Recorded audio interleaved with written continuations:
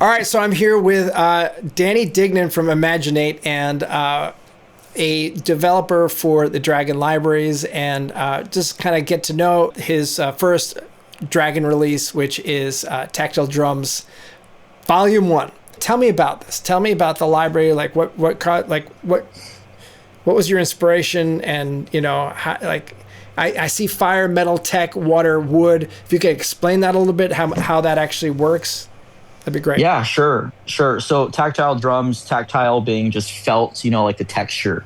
And I think with drums, we're all familiar with like the typical kick, snare, hat kind of deal. And my philosophy is how can I take that contemporary thought, the contemporary utility, right, of a certain kind of drum sound, but then have a unique texture associated to it. And it's always just about the actual material being used. And of course, there's an aesthetic attached with all of these as well. So fire, the articulated core and energized patches or kits are something that are across all of the different materials. And they're all built to function differently in an arrangement. So like articulated kits are more like percussive sounds or like little clicks and boops and beeps and things like that you can put in to just kind of fill out a track. And then core is like your core elements, not too heavily processed. Mm-hmm. And then energized is like, let's take these sounds and just distort them, throw a bunch of effects, things like that. Great for like the industrial guys or, cinematic stuff. Right. But cinematic is definitely a big part of what I do as well too. So Sure. kind of across the board.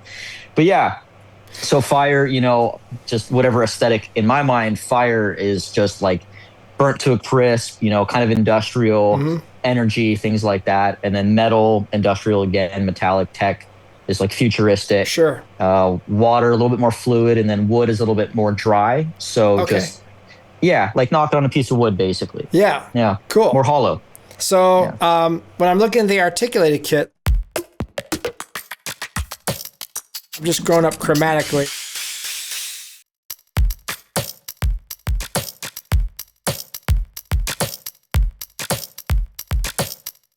Cool sounds. And then we get to the core. Now you're saying this is just kind of the raw sounds. So there's more sounds in core, correct? Because it's like all the sounds.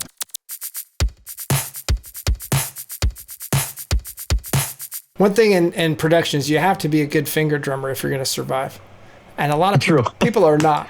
So now let's listen to the energized version of this. Oh, I love that. Yeah, right. That's amazing. What a great sound.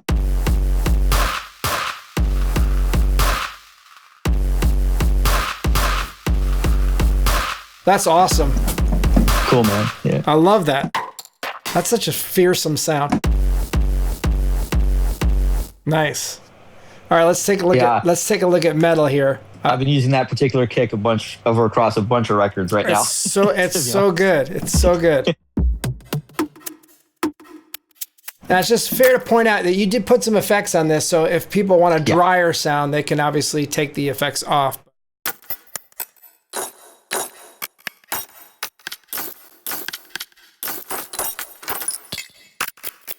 Definitely got a good Foley vibe, but the reality is, if you're used to doing this kind of stuff, you can really, you really could pick and choose kits. So what's nice about this is it's got so many different sounds that you can kind of like, hey, I'm going to use this as the kick, and I'm going to use this as the snare.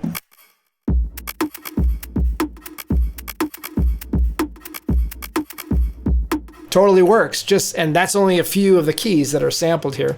Let's take a look in that core, get more dry.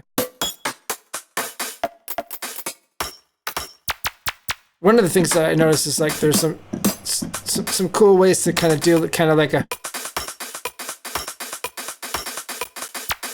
like using it to kind of like as a percussive element. Yeah. All right, let's listen to Energize.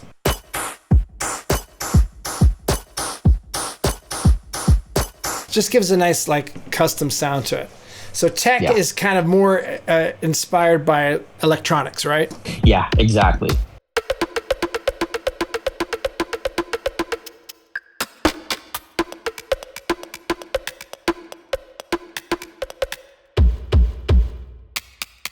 I like the the upper range where it's just one sample, but you can actually use it as a percussive thing. Yeah, a little click. Sometimes that actually is a nice thing to layer over the top. All right, so our core sounds.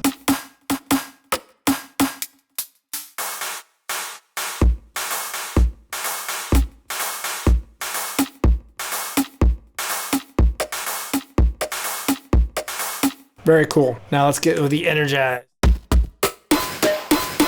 Oh, that's a good one.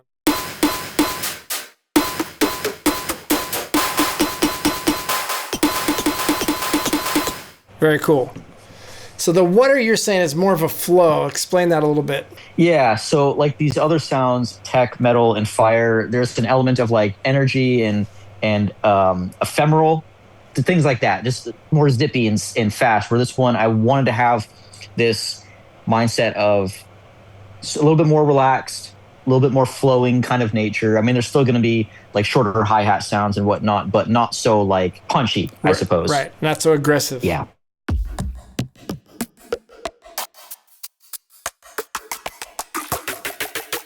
There's your water. Yes. How did you do that one? Give us the sampling secret. Yeah. Well, it's okay. So it's funny. Actually, I wanted to say with the tech one, I sampled an Optos machine at the optometrist. Like the startup sound was like this, whirring kind of thing, which is really cool. The water one is a combination of like a water bottle and then like the water in the water bottle shifting around. Just shifting in water, things like that. There's a couple water drops as well, classic. Yeah, that's awesome. These are handcrafted sounds with like ingenuity at every little step, which makes it really cool.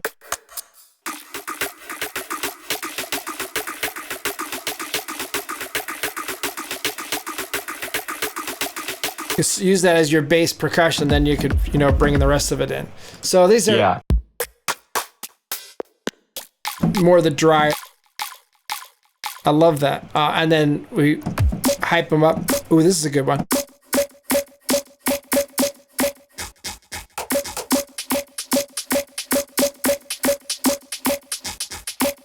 That's a great sound.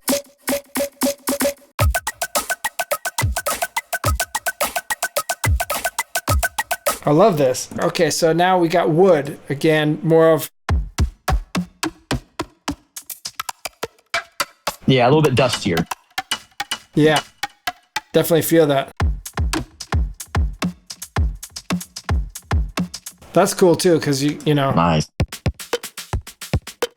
So it's fair to point out that like the articulate is one type of sound. The core are different sounds too. So. Yeah. Because I was just playing the same thing, and these are different sounds. I like this. Ooh, those are good sounds. And then energize, we got.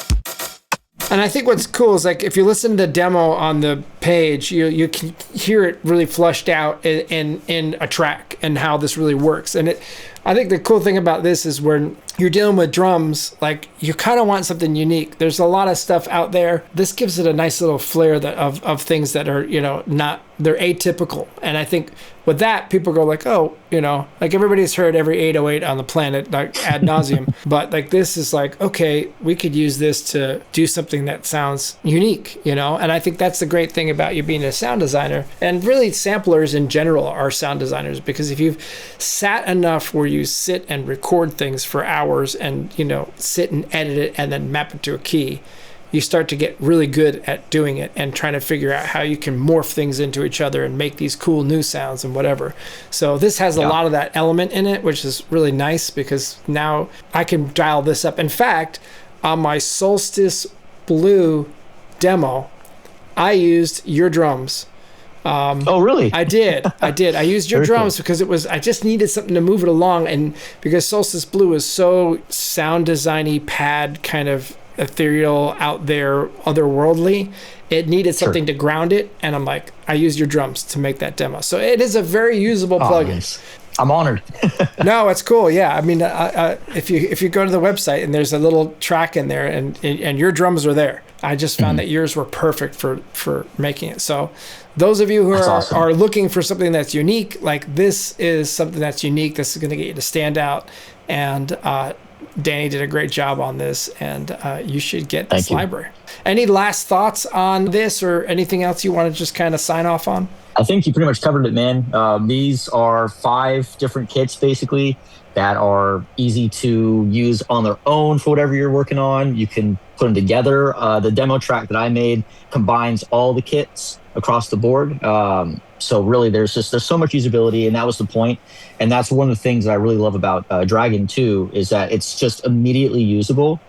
And I find that one of the things, especially with sample packs and like maybe drum libraries and drum kits too, is a little, I want to reduce the amount of editing and time spent between loading something and plugging it into your session. And Dragon does that great, and that's what I attempted to do here with this patch, this library. Yeah, success. You did it.